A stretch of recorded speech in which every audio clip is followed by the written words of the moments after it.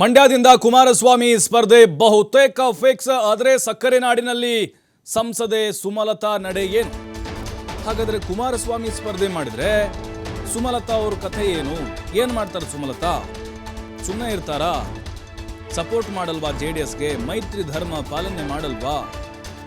ಕುಮಾರಸ್ವಾಮಿ ಅವರನ್ನ ಸೋಲಿಸೋಕೆ ತಂತ್ರವನ್ನ ರೂಪಿಸ್ತಾರಾ?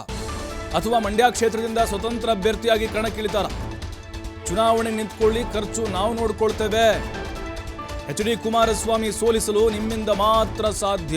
ನೋಡಿ, ಈಗ ಅವರ ಆಪ್ತರು ಹೇಳ್ತಾ ಇದ್ದಾರೆ, ನೀವು ಸ್ಪರ್ಧೆ ಮಾಡಬೇಕು ಅಂದ್ರೆ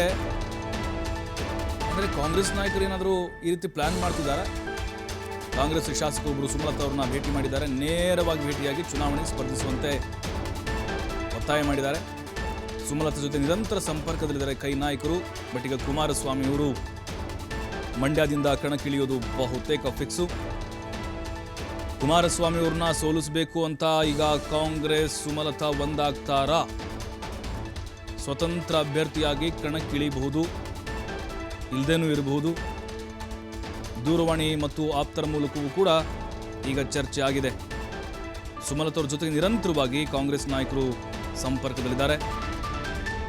ಸುಮಲತಾ ಜೊತೆ ಚರ್ಚೆ ಮಾಡಿ ಅವರ ಅಭಿಪ್ರಾಯವನ್ನ ತಿಳಿಸಿ ಭರವಸೆ ನೀಡಿದ್ದಾರೆ ಅವರ ಆಪ್ತರು.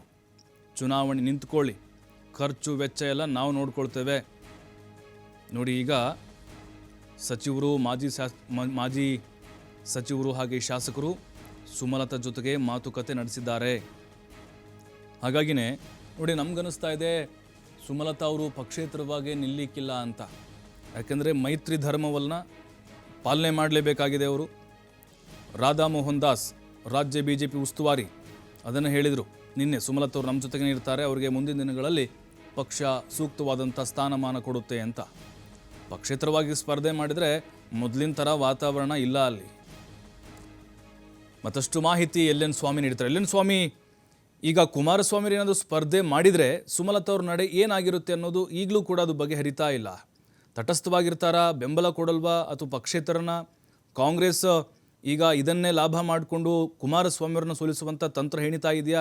ಅಂದರೆ ಒಟ್ಟಿನಲ್ಲಿ ಕುಮಾರಸ್ವಾಮಿಯವರೇ ಇಲ್ಲಿ ಟಾರ್ಗೆಟ್ ಆಗ್ತಿದ್ದಾರೆ ಅಂತ ಕಾಂಗ್ರೆಸ್ನವರಿಗೆ ಸುಮಲತಾ ದಾಳದ ಮೂಲಕ. ಮಂಡ್ಯ ಲೋಕಸಭಾ ಕ್ಷೇತ್ರ ಸಾಕಷ್ಟು ಕುತೂಹಲ ಮೂಡಿಸಿತ್ತು. ಒಂದ್ ಕಡೆ ಅದಕ್ಕೆ ಫುಲ್ ಸ್ಟಾಪ್ ಕೂಡ ಬಿದ್ದಿದೆ.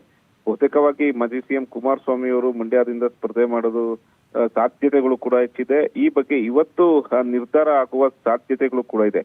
ಒಂದು ಕಡೆ ಮಂಡ್ಯ ಅಭ್ಯರ್ಥಿ ಯಾರಾಗ್ತಾರೆ ಅನ್ನೋದು ಮೊದಲಿನಿಂದಲೂ ಸಾಕಷ್ಟು ಫೈಟ್ ಆಗ್ತಾ ಇತ್ತು. ಒಂದು ಕಡೆ ನಾನು ಈ ಕ್ಷೇತ್ರ ಬಿಟ್ಟು ಹೋಗಲ್ಲ, ನಾನು ಈ ಕ್ಷೇತ್ರದಿಂದಲೇ ರಾಜಕೀಯ ಮಾಡಬೇಕು, ಬೇರೆ ಕ್ಷೇತ್ರದಿಂದ ನಾನು ಸ್ಪರ್ಧೆ ಮಾಡಲ್ಲ ಎಂಬ ದೃಢ ನಿರ್ಧಾರವನ್ನ ಪದೇ ಪದೇ ಹೇಳ್ತಾ ಇದ್ದು ಸುಮಲತಾ ಅವರು. ಹೀಗಾಗಿ NDA ಅಭ್ಯರ್ಥಿಯಾಗಿ ಯಾರು ಕಣಕ್ಕಿಳಿತಾರೆ ಅನ್ನೋದು ಕೂಡ ಸಾಕಷ್ಟು ಕುತೂಹಲ ಮೂಡಿಸ್ತಾ ಇತ್ತು. ಒಂದು ಕಡೆ ಸುಮಲತಾ ಅವರ ಒಂದು ದೃಢ ನಿಶ್ಚಯ, ಮತ್ತೊಂದು ಕಡೆ JDS ನಾಯಕರ ಒಂದು ಪ್ರಾಬಲ್ಯ. ಈ ಎರಡರ ನಡುವೆ ಯಾರಿಗೆ ಟಿಕೆಟ್ ಆಗುತ್ತೆ ಅನ್ನೋದು ಕೂಡ ಸಾಕಷ್ಟು ಕುತೂಹಲ ಮೂಡಿಸೋದ್ರಲ್ಲಿ ದಳಪತಿಗಳು ಯಶಸ್ವಿ ಆಗಿದ್ದಾರೆ. ಅಂದ್ರೆ JDS ವರಿಷ್ಠರು ಟಿಕೆಟ್ ಪಡೆಯೋದಕ್ಕೆ, ಮಂಡ್ಯದಿಂದ ಕಣಕ್ಕಿಳಿಯೋದಕ್ಕೆ ಯಶಸ್ವಿ ಆಗಿದ್ದು, ಹೈಕಮಾಂಡ್ ಜೊತೆ ಸತತವಾದ ಒಂದು ಮಾತುಕತೆ ಹಾಗೂ ಸಂಪರ್ಕದ ನಡುವೆ ಯಶಸ್ವಿಯಾಗಿ ಎಲ್ಲೋ ಒಂದ್ ಕಡೆ ಸುಮಲತಾ ಅವರಿಗೆ ಹಿನ್ನಡೆ ಆಗಿದೆ. ಹಾಗಾಗಿ ಸುಮಲತಾ ಅವರ ನಡೆ ಯಾವ ಕಡೆ ಅನ್ನೋದು ಕೂಡ ಸಾಕಷ್ಟು ಕುತೂಹಲ ಮೂಡಿಸ್ತಾ ಇದೆ.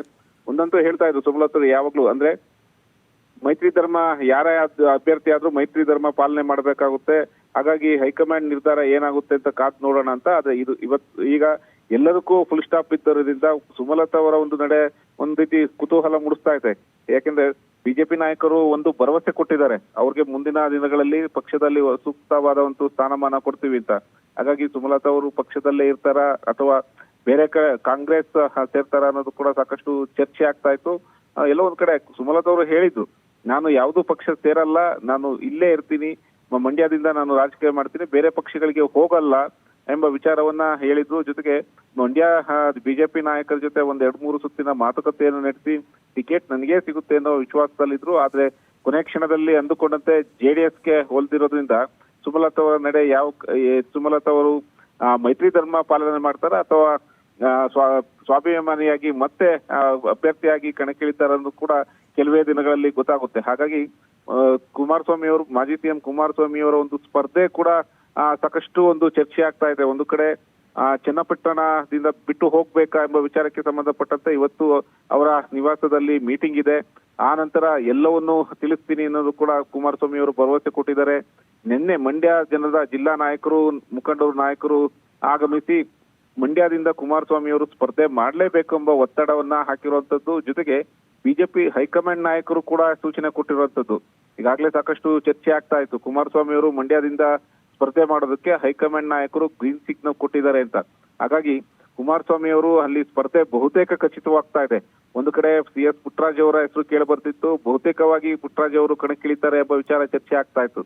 ಆದ್ರೆ ಮಂಡ್ಯದಲ್ಲಿ ನಡೆದಂತ ಒಂದು ಸಭೆಯ ಬಳಿಕ ಎಲ್ಲವೂ ಕೂಡ ಬೇರೆ ರೀತಿಯ ಬೇರೆ ಹಾದಿಯಲ್ಲಿ ಅಂದ್ರೆ ಬೇರೆ ಚರ್ಚೆ ಕೂಡ ಶುರುವಾಗಿರುವಂತದ್ದು. ಒಂದು ಕಡೆ ನಿಖಿಲ್ ಕುಮಾರಸ್ವಾಮಿ ಹಾಗೂ ಕುಮಾರಸ್ವಾಮಿ ಅವರು ಸ್ಪರ್ಧೆ ಮಾಡಬೇಕು ಎಂಬ ಒತ್ತಾಯದ ಮೇರೆಗೆ ಇವತ್ತು ಮಂಡ್ಯ ಕ್ಷೇತ್ರಕ್ಕೆ ಎಲ್ಲವೂ ಕೂಡ ಫುಲ್ ಸ್ಟಾಪ್ ಬೀಳುವ ಸಾಧ್ಯತೆ ಇದೆ. ಪ್ರಭು, ಥ್ಯಾಂಕ್ ಯು ಎಲ್ ಎನ್ ಸ್ವಾಮಿ ಮಾಹಿತಿಗಾಗಿ.